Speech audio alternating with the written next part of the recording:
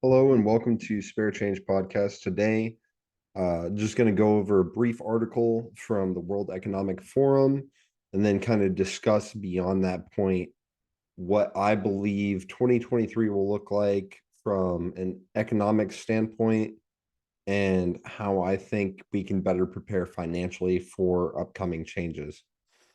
So, the headline for this is the Fed agrees to slow interest rates and basically other stories that you should read this week. Seeing as that it is the 9th of January, I'm a little late to this article. It was published on the 5th. But getting into it, some of the basics they cover, um, essentially just going over meeting discussions from the Federal Reserve policy meeting on December 13 and 14 of last year.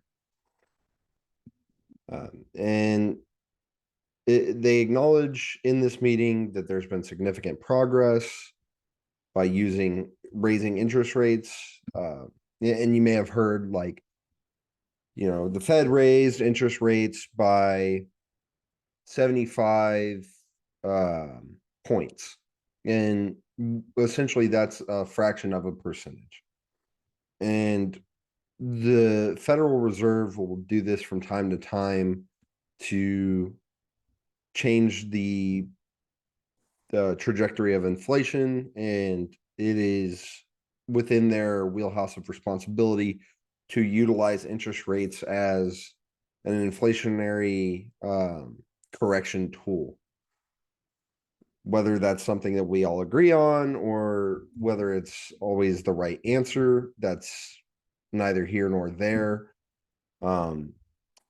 The overall um, key point is they're not going to stop increasing in interest rates, but what they will be doing is potentially going forward with a new plan using quarter percentage point increases, meaning so 25 basis points of increase in interest in order to impact the rising inflation on a global scale. And furthermore, in this article, they include a inflation rate graph from 1990 to 2022. Of course, first thing everybody sees, 2022 is the highest bar on this chart. But overall, the inflationary rate never really gone above 8%. And that's kind of where we're at now, is between that 8 and 10% mark. A lot of people's pay will not match that rising pace of inflation. You're not getting like an 8% raise every year, or you're not seeing 8% in additional income, because when inflation hits, the consumer price index rises, price of goods and cost of living will reflect harder times in this economic situation that we find ourselves in.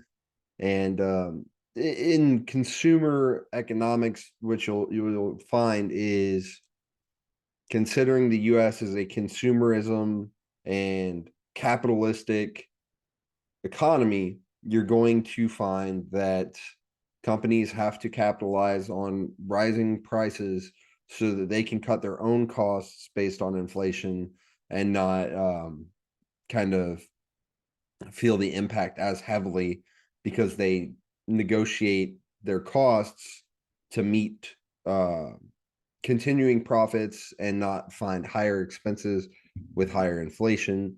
They just kind of pass that bill off to consumers, and it's up to them to determine a price that's still reasonable, where consumers will not completely fall off and they will be able to continue making a profit. As rough as that sounds, that's just the truth of the situation. I think one thing that we can do to prepare for that is, kind of, I would immediately start in the budget category. Are you taking in more than you're expending over time, and how can you reduce expenditures and increase income? in order to accommodate for inflation in your household, in your business, in your day-to-day financial decision making. Obviously people aren't taking out new loans, and that impacts banks, but I mean, in reality, you have to do what you have to do to continue providing for your family and continue meeting your needs over your wants. And that's not what anybody really wants to hear. It's just the situation we're all in. The next point on this article, they discuss some global economics, talking about China's service sector and how their COVID policies have kind of impacted their economic situation. Now, I am not going to make any definitive comments on that. I do believe that limiting consumer activity, limiting day-to-day trading, or even traveling back and forth to the workplace. There's been so much, especially in the US, just debate over whether we should be doing what we're doing now in relation to COVID, in relation to economic policy. So I can't really speak on China's behalf, but I do believe that in a communist state, it's really not the same way it is here, in that personal preference doesn't matter. So the government's going to make their own decisions, and they're acting obviously in the interest of the overall success of the country and its allies. So when we talk China, it's going to be more or less they will find support where they need it, and they don't really care where the bottom line is as long as they meet their own criteria. And then whoever doesn't meet what China needs, they'll find someone who does. So all in all, China's economics, they're going to find a way to create some sort of economic relief for their own country and allow themselves to walk around their own pitfalls. So say China notices that they're lacking in a certain resource. They have allies and partners who will trade with them just like any other country in the world. And they will find the means to meet, the ends to meet their means. And that's really what any country will do, is they will find a way to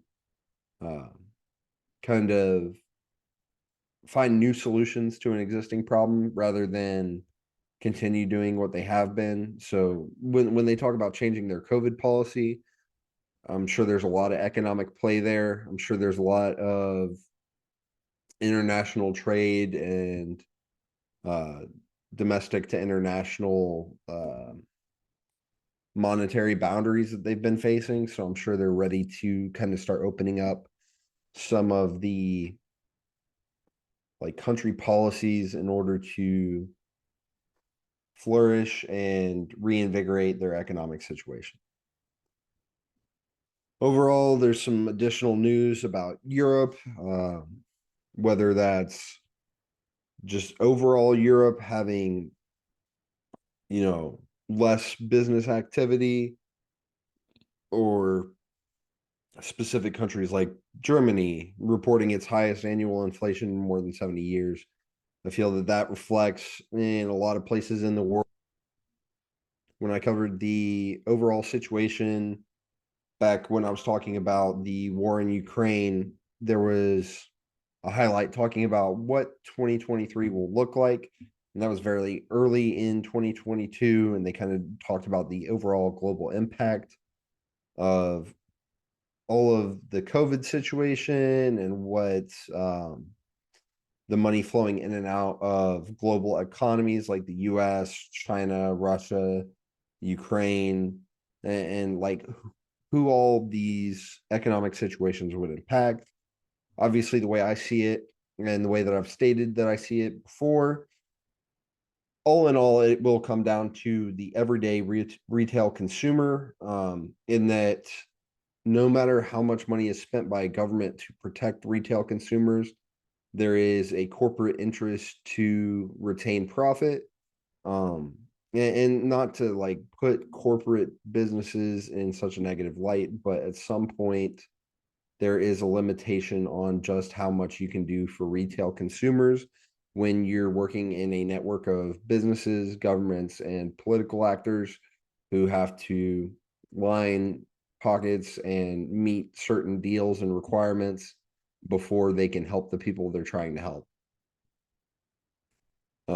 We also look at British, inflation in the food and like food and beverage industries, due to high energy bills. So, like a business is noticing that their energy bills are up, and then they have to like compensate with cost of their product. Um, they go into Taiwan talking about again the war in Ukraine, COVID, global recession.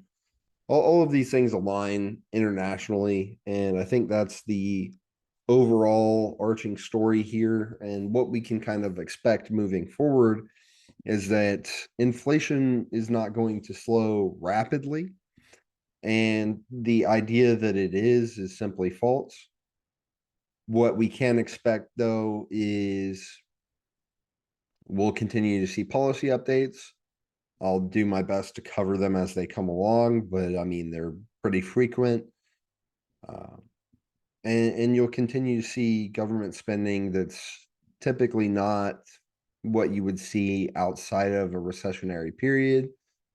Um, Especially people my age, we haven't really seen something like this since around 2008 when we were all kids.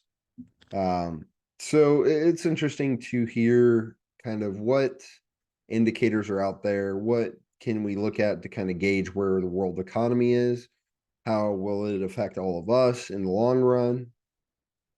Um, those are strictly my viewpoints. I'm not an expert on global economics, but I do have some insight into what challenges the world economies are going to face in the near future, just based on what I've been researching, what I've been covering in the past.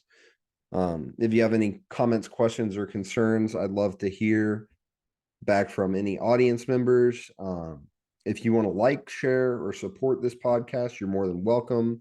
I provide links below to subscribe to all of our outlets. I provide links for anyone who's willing to support us monetarily, and I provide networks that we're active on where you can share our content.